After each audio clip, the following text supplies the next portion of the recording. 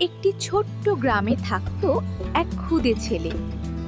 তার নাম ছিল টুনি।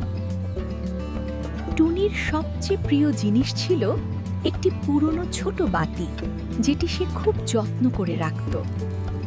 একদিন হঠাৎ পুরো গ্রাম অন্ধকার হয়ে গেল। চারপাশে নেমে এলো ভয় আর নীরবতা।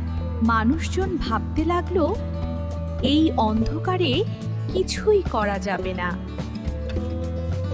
কিন্তু টুনি ভয় পায়নি। সে ধীরে ধীরে তার ছোট প্রদীপটি জ্বালিয়েছিল। একটা ছোট আলো দেখে আরেকটা আলো জ্বলে উঠল। ধীরে ধীরে আলো ছড়িয়ে পড়তে লাগলো। অল্প সময়ের মধ্যেই পুরো গ্রাম আবার আলোকিত হয়ে উঠল। সেই দিন সবাই বুঝে গেল, একটা ছোট আলোই পারে অনেক অন্ধকার দূর করতে। তাই নিজেকে কখনো ছোট ভাববে না। ছোট উদ্যোগই বড় পরিবর্তনের শুরু।